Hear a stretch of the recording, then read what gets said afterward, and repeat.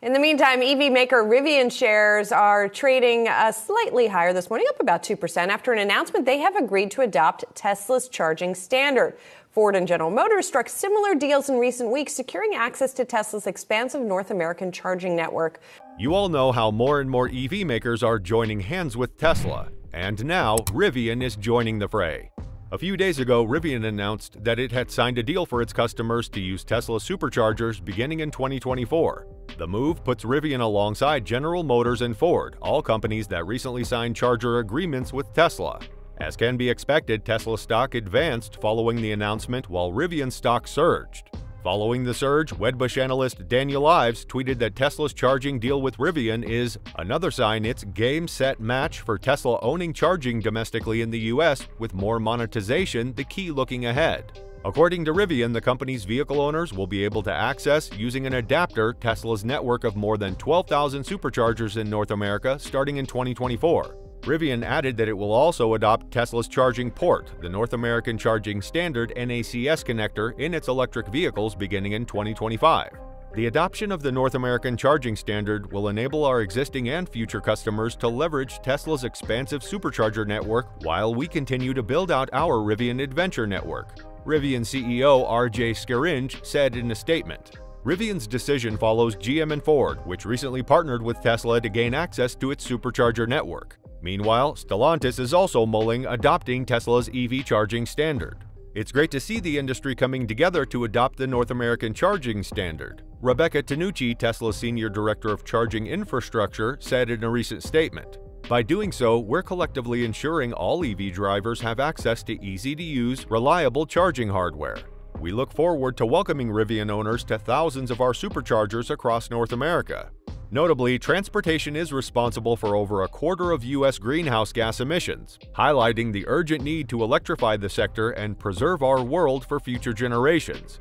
By enabling drivers to charge their vehicles at a greater number of locations, this collaboration and others like it are important to help accelerate EV adoption. RJ Scaringe, founder and CEO of Rivian, said, "We are excited to work with Tesla and see collaborations like this help advance the world toward carbon neutrality. We look forward to continuing to find new ways to accelerate EV adoption. This deal, like the others, is good for Tesla's bottom line." In April, Tesla reported it had seen its global supercharger network expand year over year. For the first quarter of 2023, the company said the total number of supercharger stations had climbed 33% to 4,947.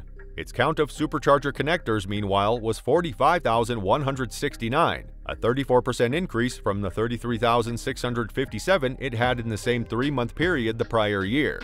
And it just may well possibly be more. How so? Well, Volkswagen is in discussions with Tesla over its charging standard. Volkswagen Group and its brands are currently evaluating the implementation of the Tesla North American Charging Standard (NACS) for its North American customers, Volkswagen said in an emailed statement. While Volkswagen is still having talks, Polestar just became the next EV maker to announce a move to Tesla's North American Charging Standard. Swedish electric vehicle maker Polestar recently said that it had signed a deal with Tesla that will allow drivers of its EVs to charge at about 12,000 Tesla charging stations in North America starting next year. New Polestar vehicles sold in North America will come standard with the Tesla-designed North American Charging Standard or NACS plug starting in 2025. Owners of existing Polestars will be able to charge at Tesla supercharger stations with an adapter starting in mid-2024. Polestar's deal follows an identical one announced by corporate sibling Volvo Cars on Tuesday. Ford Motors, General Motors, and Rivian have also announced similar deals with Tesla in recent weeks. "We salute the pioneering work Tesla has done to speed up the adoption and increase the popularity of electric vehicles, and it's great to see the supercharger network being made available in this way," said CEO Thomas Ingenlath. "This move will greatly increase the rate of EV adoption in a key automotive region. Most non-Tesla EVs and charging stations in North America use a plug design called CCS, which stands for Combined Charging System. Recent studies have found that CCS charging networks have much lower reliability than Tesla's network. Critics have also noted that the CCS fast charging plug is significantly larger and heavier than the NACS plug, making it difficult for some older or disabled drivers to use. Tesla's EVs can use CCS chargers with an adapter, but currently only Tesla EVs can use the Tesla chargers. Tesla's plug design was proprietary until November, when the company published the technical details of its system and made it available to other automakers and makers of EV chargers. SAE International, an engineering group that publishes standards for the auto industry, said earlier this week that it is in the process of writing public standards for Tesla's NACS charging plug.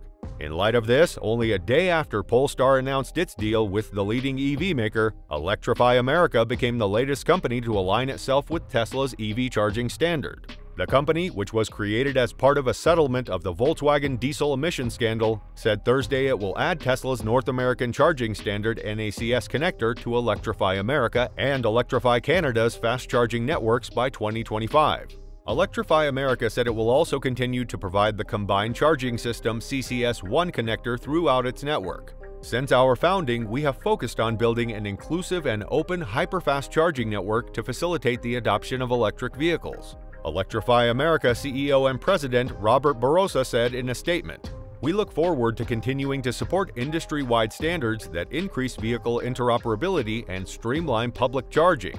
Today, nearly all EVs sold in North America, except for Tesla, are equipped with the combined charging system CCS, as well as third-party charging networks like Electrify America, EVgo, and ChargePoint. Last year, Tesla shared its EV charging connector design in an effort to encourage network operators and automakers to adopt the technology and help make it the new standard in North America. While there didn't appear to be a lot of public interest, automakers began working with Tesla to adopt the system. In the past month, major U.S. automakers Ford and GM, as well as upstart Rivian and European manufacturer Volvo, have made commitments to start providing NACS adapters to EV owners. Ford, GM, and Volvo have said future vehicles would be equipped with the NACS charging port as well. Meanwhile, Electrify America's parent company, VW Group, is still considering its options, as was earlier mentioned.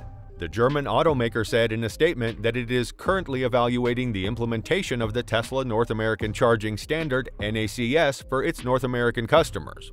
Meanwhile, S&P Global Mobility's 2023 loyalty ranking of mainstream automotive brands showed something very interesting.